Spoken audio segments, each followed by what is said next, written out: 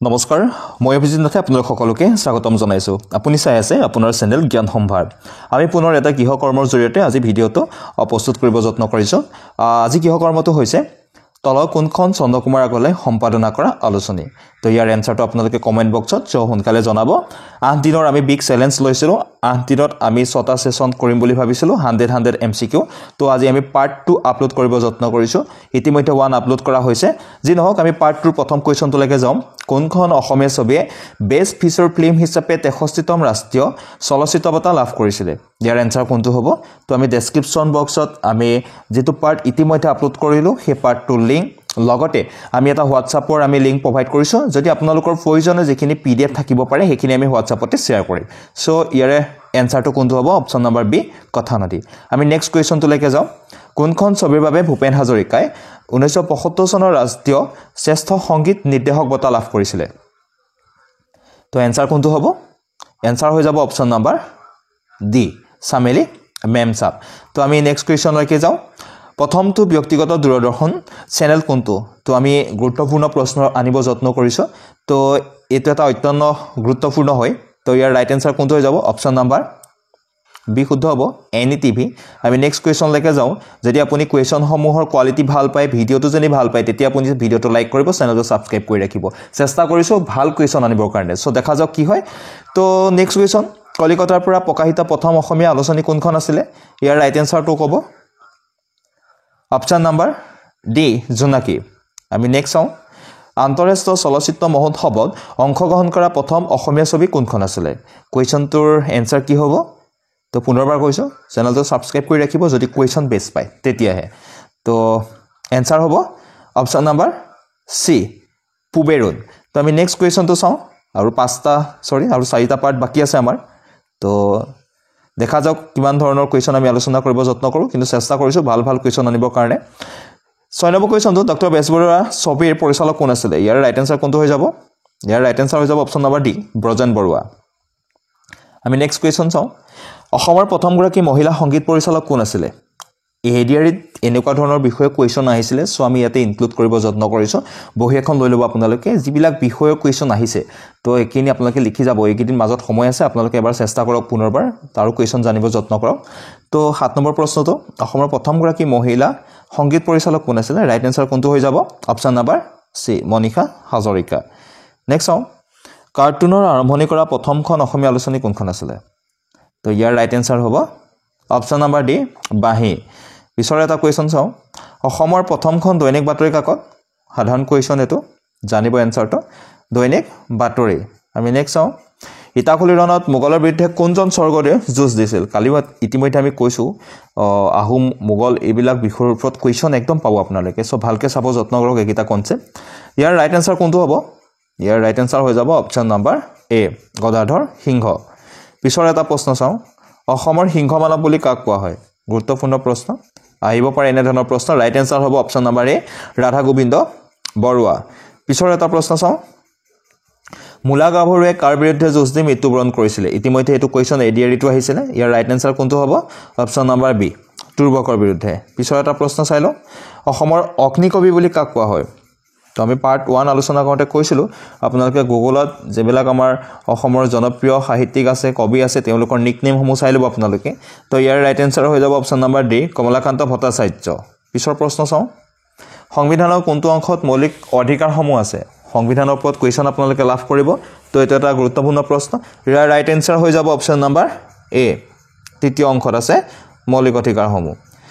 তো পিছৰ এটা প্ৰশ্ন আমি চাও ভাৰতৰ আটাইতকৈ দীঘল ৰাষ্ট্ৰীয় ঘাইপথ কোনটো তো ইতিমধ্যে আমি কালিও ৰেলপথৰ ওপৰত আলোচনা কৰিছিলো তো আজি ঘাইপথৰ ওপৰত আছে কোৱেশ্চনটো এনেকুৱা বিষয়বিলাক চাব আপোনালোকে ৰাইট এনসাৰ কোনটো হ'ব ইয়াৰে এ 44 নং যেটো ৰাষ্ট্ৰীয় ঘাইপথ গৈছে হেতু ভাৰতবৰ্ষৰ আটাইতকৈ দীঘল হয় পিছৰ প্ৰশ্ন চাও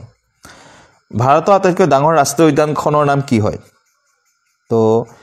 এনসাৰ কোনটো হ'ব এনসাৰ হ'ব ডি হেমিছ আৰু আমাৰ অসমৰ কোনখন কাজিৰঙা নেক্সট চাও সোণবিল হ্ৰদ অসমৰ কোন জিলাত আছে কৈছে যিবিলাক কোৱেশ্চন আমি ৰাখিব যত্ন কৰিছো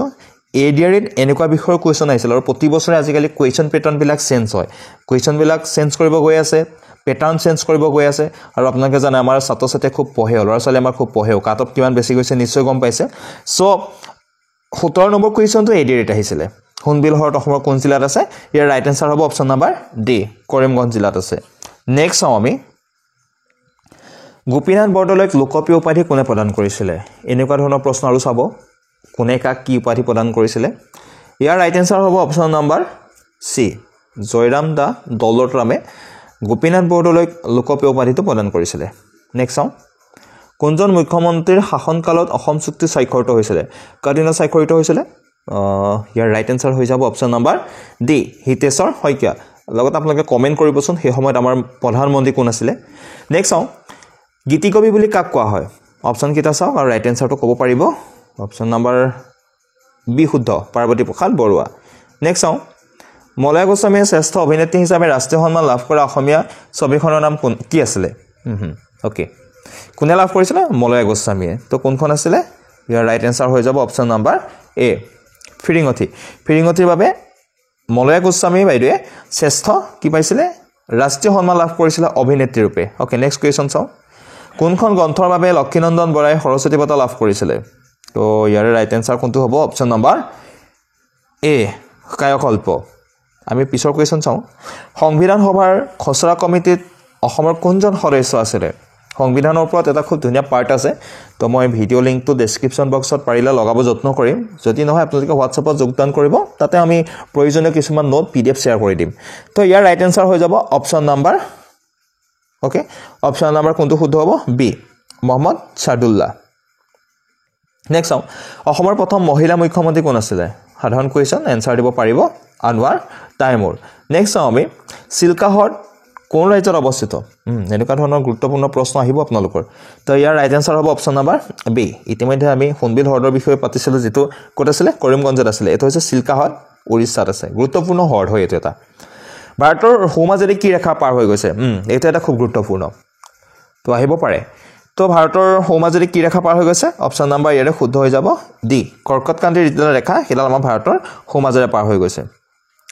নীতি আয়োগ গঠন কৰা হয় কেতিয়া নীতি আয়োগ কেতিয়া গঠন কৰা হৈছিল আগতে পৰিকল্পনা আয়োগ আছিলে পৰিকল্পনা আয়োগৰ পিছতে নীতি আয়োগ আহিছিলে এটা কথাটো হৈছে যে নীতি আয়োগ কেতিয়া গঠন কৰা হৈছিল ৰাইট এনসাৰ কোনটো হ'ব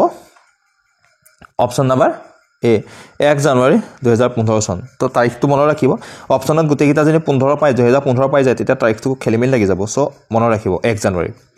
ওকে অৰুণাচল প্ৰদেশৰ কামেং নদীক অসমত কি নামেৰে জনাজাত এটো কুৱেশ্যন আহি গৈছে ইতিমধ্যে এডিআৰএত তো ইয়াৰ ৰাইট এনসাৰ কোনটো হৈ যাব অপচন নাম্বাৰ এ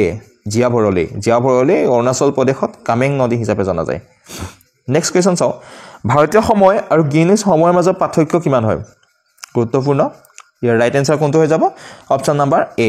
5 ঘণ্টা 30 মিনিট সময় পাৰ্থক্য আছে আমাৰ ভাৰতীয় সময় আৰু গ্ৰীনিছ সময়ৰ মাজত নেক্সট লাই হাৰাওবা উৎসৱ ক'ত অনুষ্ঠিত হয় ওকে আমাৰ কালচাৰ বিলাকৰ ওপৰত খুব কুৱেশ্যন আহে এডিআৰিত বহুত কুৱেশ্যন আহিছিলে এনেকুৱা অসমৰ আহিছিলে সৰ্বভাৰতীয় প্ৰেক্ষাপটত আহিছিলে যিবিলাক আমাৰ সংস্কৃতি ভাষা হাসপাৰ এনেকুৱা ওপৰত কুৱেশ্যন আহিছিলে তো তেনেকুৱা এটা সেট আছে হেকিনো আমি আপলোড কৰিম তো এটো কুৱেশ্যনৰ ৰাইট এনসাৰ কোনটো হ'ব অপচন নাম্বাৰ ডি মণিপুৰ লাই হাৰাওবা মণিপুৰৰ এক বিশেষ উৎসৱ নেক্সট কোনটো সংশোধনীৰ দ্বাৰা মৌলিক অধিকাৰৰ পৰা সম্পত্তি অধিকাৰ বাদ দিয়া হৈছিল তো আমি সকলোৱে জানো আগতে সম্পত্তি অধিকাৰটো মৌলিক অধিকাৰ হিচাপে আছিল তো তে প্ৰশ্নটো হৈছে যে কোনটো সংশোধনীৰ জৰিয়তে মৌলিক অধিকাৰৰ পৰা এই সম্পত্তি অধিকাৰটো বাদ দিয়া হ'ল ইয়াৰ ৰাইট এনসাৰ হৈ যাব অপচন নাম্বাৰ সি 44 যেটো আমাৰ সংবিধান সংশোধনী হৈছিল নেক্সট বৰ্তমান কোনটো অনুচ্ছেদত সম্পত্তি অধিকাৰ লিপিবদ্ধ কৰা আছে ওকে এটা সংবিধানৰ পৰা মানে মৌলিক অধিকাৰৰ পৰা সম্পত্তি অধিকাৰটো নাইকিয়া কৰা হৈছিল ঠিকই আছে বাট সম্পত্তি অধিকাৰটো এটা ভাৰতৰ সংবিধানত ক'ত উল্লেখ আছে কোনটো অনুচ্ছেদত উল্লেখ আছে ইয়াৰ ৰাইট এনসাৰ কোনটো হৈ যাব অপচন নাম্বাৰ ডি 300ৰ যেটো এ নামৰ অনুচ্ছেদ আছে সেই তাতে সম্পত্তি অধিকাৰটো এতিয়া উল্লেখ আছে আকৌ মৌলিক অধিকাৰ আছিল নেক্সট কোনটো সংশোধনীৰ দ্বাৰা মৌলিক কৰ্তব্য 11টালৈ বৃদ্ধি কৰা হৈছিল এইটো এটা খুব গুৰুত্বপূৰ্ণ কোৱেশ্যন মৌলিক কৰ্তব্য 11টা আছে তো এইখিনি নাগৰিকৰ কৰ্তব্য যিখিনি পালন কৰিব লাগে নাগৰিকে ভাৰতবৰ্ষ আমি যেহেতু কালি আলোচনা কৰিছিলো কালি সেশনটোত ভাৰতবৰ্ষ এখন সমাজবাদী বা কল্যাণকামী আমাৰ ৰাষ্ট্ৰ সো কল্যাণকামী ৰাষ্ট্ৰ এখনত কি হৈছে নাগৰিকৰ বাবে কিছুমান কৰ্তব্য থাকে কিছুমান নিৰ্দেশাত্মক নীতি থাকে কালি আমি নিৰ্দেশাত্মক নীতি বিষয়ে আলোচনা কৰিছিলো তো আজি সুধিছে মৌলিক কৰ্তব্যৰ বিষয়ে ৰাইট এনসাৰ কোনটো হ'ব অপচন নাম্বাৰ সি 86 নং যেটো সংবিধান সংশোধনী কৰা হৈছিল তাতে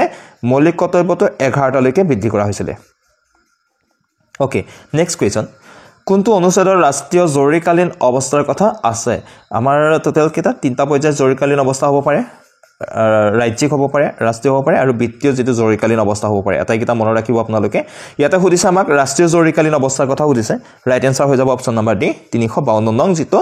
অনুচ্ছেদ তাতে এখিনি কথা উল্লেখ আছে নেক্সট ইয়াণ্ডাবু সন্ধি কেতিয়া হৈছিল গুৰুত্বপূৰ্ণ কথা ইয়াণ্ডাবু সন্ধি কেতিয়া হৈছিল তো ৰাইট আনসাৰ কোনটো হৈ যাব ইয়াৰ ৰাইট আনসাৰ হৈ যাব অপচন নম্বৰ বি 24 ফেব্ৰুৱাৰী 1826 সনটো মনত ৰাখিব তাৰিখটো মনত ৰাখিব কেতিয়াবা অপচনত কি হয় তাৰিখটো একেটা পাব সনটো বেলেগ পাব বা কেতিয়াবা এনেকুৱা পাব সন কেটা আটাইকেটা সন একেটা পাব তাৰিখটো বেলেগকে দিব সো খেলিমেল লাগিব পাৰে নেক্সট চাও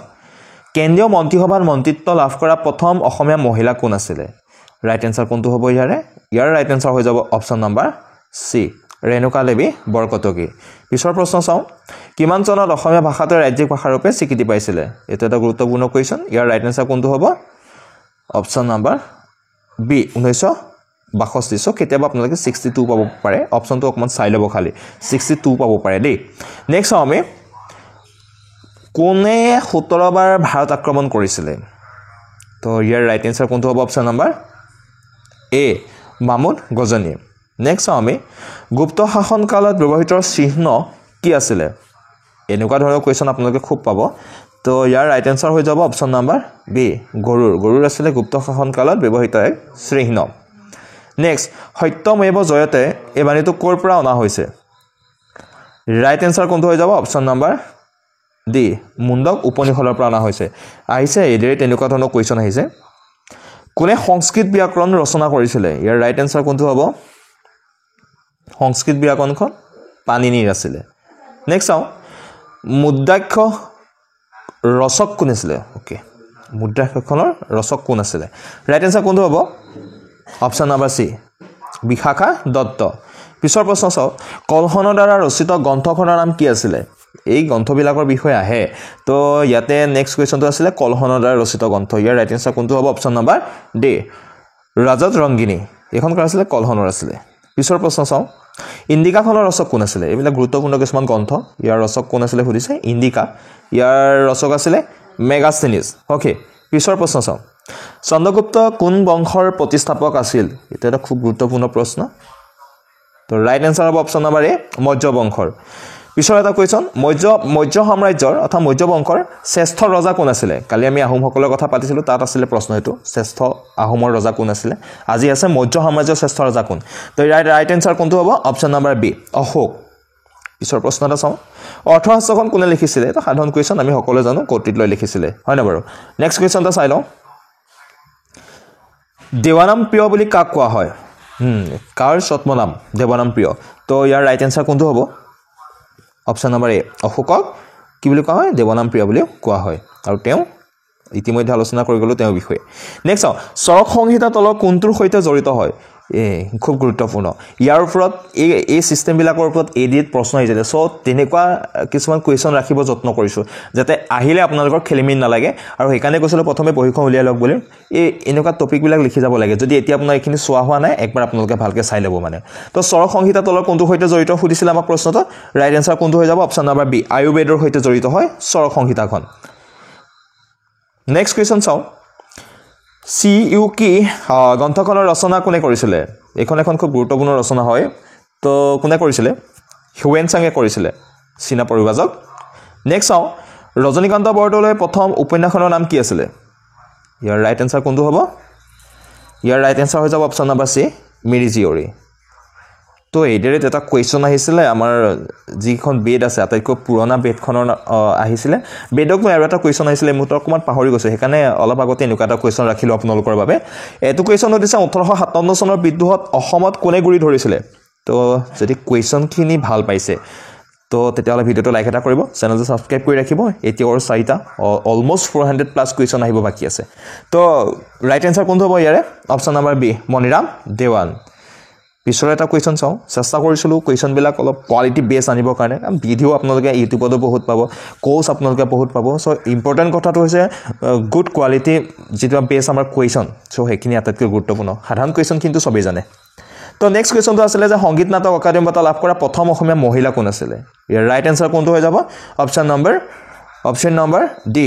প্ৰতিমা পাণ্ডে তেওঁ সংগীত নাটক অকাডেমি বঁটা লাভ কৰা প্ৰথম অসমীয়া মহিলা আছিলে নেক্সট চাওঁ কোনজন ৰজাই বশিষ্ঠ মন্দিৰ নিৰ্মাণ কৰিছিলে এটা এটা গুৰুত্বপূৰ্ণ কুৱেশ্যন ইয়াৰ লগতে এটা কথা কৈ থৈ যাওঁ কালিও কৈছোঁ আহোমসকলৰ শাসনকালত যিবিলাক স্থাপত্য নিৰ্মাণ কৰা হৈছিলে এইবিলাক আটাইকেইটা আপোনালোকে চাই যাব ৰংঘৰ কাৰেংঘৰ তলাতল ঘৰ এইবিলাক মনত পেলাই দিছোঁ এবাৰ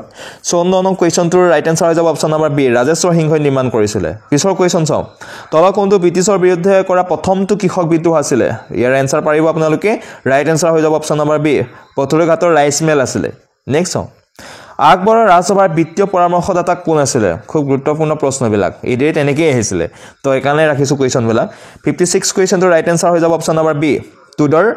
তুদৰ মল আছিলে আকবৰ ৰাজসভাৰ বিত্তীয় পৰামৰ্শদাতা এনেকুৱা আহিব পাৰে তুদৰ মল বিত্তীয় পৰামৰ্শদাতা আছিলে কাৰ আকবৰৰ কিবা কিবি নাম পাব পাৰে তো মনত ৰাখি যাব একদম ভাৰতত স্থানীয় স্বায়ত্ত শাসনৰ পিতৃ বুলি কাক কোৱা হয় গুৰুত্বপূৰ্ণ প্ৰশ্ন ৰাইট এনসাৰ ক'ব lord Ripon option number C তেওঁক আমাৰ ভাৰতৰ স্থানীয় স্বায়ত্ত শাসনৰ পিতৃ বুলি কোৱা হয় পিছৰ কুৱেশ্যন চাওঁ জালিয়ানৱালাবাগ হত্যাকাণ্ড কেতিয়া সংঘটিত হৈছিলে এইটো এটা ইতিহাসত একেবাৰে নাম থাকি যোৱা ঘটনা ৰাইট এনসাৰ হ'ব অপশ্যন নম্বৰ চি 1919 চনত নেক্সট চাওঁ আবুল ফজল তলৰ কোনজন ব্যক্তিৰ ৰাজসভাৰ সভাসদ আছিল এনেকৈ আহিছিলে এৰিয়াৰিত তো ৰাইট এনসাৰ কোনটো হৈ যাব অপশ্যন নম্বৰ চি আকবৰৰ পিছৰ এটা কুৱেশ্যন চাওঁ মতি মছজিদ তলৰ কোন ঠাইত আছে ৰাইট এনসাৰ কি হ'ব মতি মছজিদ ৰাইট এনসাৰ হৈ যাব অপশ্যন নম্বৰ বি আগ্ৰাত আছে পিছৰ এটা প্ৰশ্ন চাওঁ মুছলিম লীগ স্থাপনৰ নেতৃত্ব বহন কৰা ব্যক্তিগৰাকী হল অৰ্থাৎ কাৰ নেতৃত্বত মুছলিম লীগ স্থাপন হৈছিলে ৰাইট এনসাৰ কোনটো হৈ যাব অপশ্যন নম্বৰ বি নবাব সলিমুল্লাহ তেওঁৰ নেতৃত্বত কি কৰা হৈছিলে মুছলিম লীগ স্থাপন কৰা হৈছিলে নেক্সট চাওঁ অশ্বঘোষ কাৰ দৰবাৰৰ পণ্ডিত আছিলে কুৱেশ্যন নং 62 ৰাইট এনসাৰ কিটো হ'ব অশ্বঘোষৰ কথা সুধিছে তো ৰাইট এনসাৰ হৈ যাব অপশ্যন নম্বৰ এ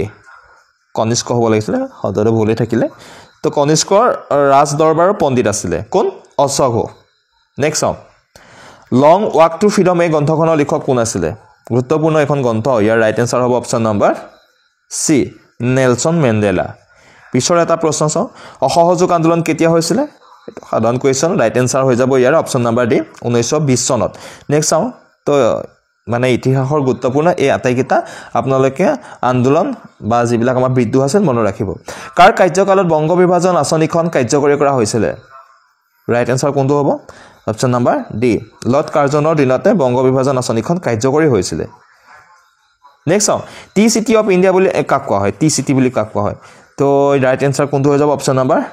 বি ডিব্ৰুগড়ক টি চিটি বুলি কোৱা হয় নেক্সট চাওঁ অসমৰ নৱদ্বীপ বুলি কোন ঠাইক কোৱা হয় নৱদ্বীপ এইটো মনত ৰাখিব নৱদ্বীপ বুলি কোৱা হৈছে অসমৰ কোনখন ঠাই কোৱা হয় অপশ্যন নম্বৰ বি নলবাৰীক কোৱা হয় নেক্সট 68 কুৱেশ্যনটো চাওঁ সুন্দৰবন ৰাষ্ট্ৰীয় উদ্যান কোন ৰাজ্যত আছে ৰাইট এনসাৰ কোনটো হ'ব অপশ্যন নম্বৰ বি সুন্দৰবন পশ্চিম বংগত আছে তো ইয়াৰ পিছৰ কুৱেশ্যনটা চাই লওঁ উত্তৰ পূব ভাৰতৰ আটাইতকৈ ডাঙৰ ৰাজ্য কোনখন মানে নৰ্থ ইষ্টৰ এইটো কালি ইতিমধ্যে এইখিনি হিংস দিছিলোঁ আপোনালোকক আজি এইটো কুৱেশ্যনেই আছে তো ইয়াৰ ৰাইট এনসাৰ হৈ যাব option number C Arunachal Pradesh next চাওঁ উত্তৰ পূব ভাৰতৰ আটাইতকৈ সৰু ৰাজ্য কোনখন এইটো জিঅ'গ্ৰাফিকেলি কোৱা হৈছে মানে ভৌগোলিকভাৱে তো ইয়াৰ ৰাইট এনসাৰ কোনটো হৈ যাব option number C Tripura next চাওঁ তলৰ কোনখন নদী নগাঁও পাহাৰত উৎপত্তি হোৱা এনেকৈ কুৱেশ্যন আহিব তো ৰাইট এনসাৰটো দিব ভোগদৈখন ক'ত উৎপত্তি হৈছে নগাঁও পাহাৰত উৎপত্তি হৈছে নেক্সট চাওঁ তলৰ কোনখন ৰাজ্যত কাবাডীৰ খেলৰ জন্ম হৈছিলে এই এৰিয়াত আহিছিলে হকী খেলৰ ওপৰত আহিছিলে সব তেনেকুৱা এটা কুৱেশ্যন ইয়াতে ৰাখি থৈছোঁ আৰু আপোনালোকে যদি সম্ভৱ হয় গুগলত চাৰ্চ কৰি হ'লেও এনেকুৱা খেল কিছুমানৰ মানে জন্ম হোৱা ৰাজ্যবিলাকৰ নাম চাই যাব আহিব পৰীক্ষাত কিন্তু ইয়াৰ ৰাইট এনসাৰ কোনটো হ'ব অপশ্যন নম্বৰ এ তামিলনাডু সো অকল কুৱেশ্যন কেইটা দিয়েতো লাভ নহ'ব তাৰ লগতে হিংস কিছুমান দিছোঁ যদি আপোনালোকে চোৱা নাই তেনেকুৱা কনচেপ্টবিলাক চাই ল'ব আজিকালি পেপাৰ মানে কুৱেশ্যন ক'ৰ পৰা কেনেকৈ আহে কোনো পাত্তা নাপায় সেইকাৰণে কৈছোঁ কুৱেশ্যনবিলাক অলপ গুড কোৱালিটি বেছ কৰিব যত্ন কৰিছোঁ লগতে কিছুমান আইডিয়া দি দিব যত্ন কৰিছোঁ যদি আপুনি চোৱা নাই এইকেইদিনত অলপমান একবাৰ গুগল চাৰ্চ কৰি চাই দিলে আপোনাৰ মনত থাকি যাব সাধাৰণ কথা একদম নেক্সট কুৱেশ্যনটো আছিলে যে বাহিৰে ৰং চং ভিতৰে কোৱা ভাতুৰি নামৰ উপন্যাসখন কাৰ ৰচনা ইয়াৰ ৰাইট এনসাৰ কোনটো হ'ব option number B Hemchandra Barua next চাওঁ জোনাকীৰ প্ৰকাশ কিমান চনত বন্ধ হৈ যায় অ'কে গুৰুত্বপূৰ্ণ question right answer option number B 1904 চনত বন্ধ হয় পিছৰ প্ৰশ্ন শিশু গ্ৰন্থ মৌ মহাভাৰতৰ ৰচক কোন আছিল মৌ মহাভাৰতখন এখন শিশু গ্ৰন্থ আছিল ইয়াৰ ৰচক কোন আছিল অপশন নাম্বাৰ এ মিত্ৰদেৱ মহন্ত নেক্সট চাও কাবাডী খেলত কেইজন খেলুৱৈ থাকে এনেকুৱা কোৱেশ্যনো আহিছিল এডিআৰএ তো ৰাইট এনসাৰ অপশন নাম্বাৰ এ হ'ব 7জন খেলুৱৈ থাকে সৰু সৰু প্ৰশ্নবিলাক বাৰু অসমৰ স্বাধীনতা আন্দোলনত প্ৰথম শহীদ কোন আছিল সাধাৰণ কোৱেশ্যন এনসাৰ দিব পাৰিবা তৎক্ষণাত ৰাইট এনসাৰ হ'ব অপশন নাম্বাৰ সি পিয়লি ফুকন নেক্সট কোৱেশ্যনটা চাই লওঁ সংবিধানৰ স্বীকৃত ভাষা কেইটা তো ইয়াৰ ৰাইট এনসাৰ কোনটো হৈ যাব ওকে ইয়াৰ ৰাইট এনসাৰ হৈ যাব অপশন নাম্বাৰ ডি 22টা তো আমি নেক্সট কোৱেশ্যনটো চাই লওঁ পলাচী যুদ্ধ কোন নদীৰ পাৰত হৈছিল তো এটা গুৰুত্বপূৰ্ণ কোৱেশ্যন তো ইয়াৰ ৰাইট এনসাৰ হৈ যাব অপশন নাম্বাৰ ডি ভাগীৰথী যিখন নদী আছে ভাগীৰথী নদীৰ পাৰতে পলাচী যুদ্ধ হৈছিল এখন ইতিহাসৰ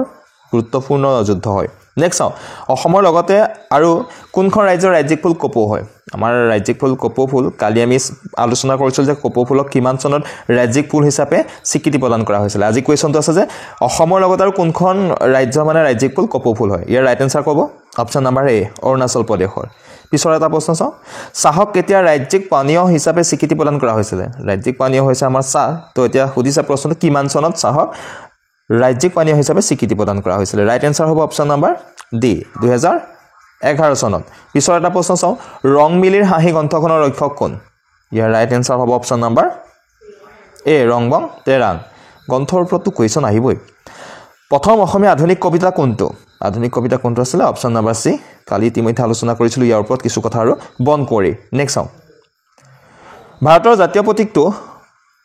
কোনটো জীৱৰ ছবি আছে ওকে ভাৰতৰ জাতীয় প্ৰতীকটোত কোনটো জীৱৰ ছবি আছে গুৰুত্বপূৰ্ণ এটো কিন্তু নেক্সট সৰি ইয়াৰ ৰাইট এনসাৰ কোনটো হৈ যাব অপশন নাম্বাৰ বি সিংহৰ ছবি আছে নেক্সট চাও তল কোনটো তেল শোধনাগাৰ অসম আন্দোলনৰ ওপৰত ভিত্তি কৰি গঢ়ি উঠা গুৰুত্বপূৰ্ণ এই পইণ্টবিলাক মানে অসম আন্দোলনৰ ওপৰত ভিত্তি কৰি তল কোনটো তেল শোধনাগাৰ মানে গঢ়ি উঠিছিল ৰাইট এনসাৰ কোনটো হ'ব অপশন নাম্বাৰ বি নুমলীগড়টো নেক্সট চাও ফিফা বিশ্বকাপ ফুটবলৰ সৰ্বাধিক বিজয়ী দল কোনটো ক্ৰিকেটৰ ওপৰত কোৱেশ্যন আহিছিল যোৱাবাৰ এবাৰ ফুটবলৰ ওপৰত মই সেইকাৰণে কোৱেশ্যনটো ৰাখিছো ইয়াৰ ৰাইট এনসাৰ কোনটো হ'ব অপশন নাম্বাৰ সি ব্ৰাজিল তো লগতে চাই যাব দেই কেইটামান কথা কিমানবাৰ জিকিছে আমাৰ ভাৰতে কেতিয়া খেলিবলৈ চান্স পাইছিল এনেকুৱা ধৰণৰ কিছুমান কথা ক্ৰিকেট ভলিবল ফুটবল এইবিলাক চাই যাব লাগে কালিও আলোচনা কৰিছো ইয়াৰ ওপৰত কিছু কথা এইটো এটা গুৰুত্বপূৰ্ণ খেলৰ লগত জড়িত প্ৰশ্ন ডুলিপ ট্ৰফি কি খেলৰ সৈতে জড়িত 87 question right answer option number A Duleep ট্ৰফিটো ক্ৰিকেট খেলৰ লগত জড়িত নেক্সট ফেডাৰেশ্যন কাপ কি খেলৰ লগত জড়িত ৰাইট এনসাৰ কি হ'ব ফেডাৰেশ্যন কাপ বি ফুটবলৰ লগত option number B next Santosh trophy কি খেলৰ লগত জড়িত ৰাইট এনসাৰ ক'ব অপশন নাম্বাৰ এ ফুটবলৰ লগত জড়িত Santosh trophy 89 question right answer football next IPL কি খেলৰ সৈতে জড়িত এটো সকলোৱে জানে এটো হৈছে আমাৰ ইণ্ডিয়ান প্ৰিমিয়াৰ লীগ ক্ৰিকেট খেলৰ লগত জড়িত হ'ব নেক্সট এছিয়া কাপ খেলৰ লগত তল কোনখন দেশ অন্তৰ্ভুক্ত নহয় ওকে এটা এটা খুব গুৰুত্বপূৰ্ণ এছিয়া কাপ কি খেলৰ লগত জড়িত এছিয়া কাপ ক্ৰিকেটৰ লগত জড়িত এটা কথা আছে তল কোনখন দেশ জড়িত নহয় বুলি কৈছে ৰাইট এনসাৰ কোনটো হৈ যাব অপশন নাম্বাৰ সি কানাডা আমাৰ ভাৰতে খেলে বাংলাদেশে খেলে শ্ৰীলংকাই খেলে নেক্সট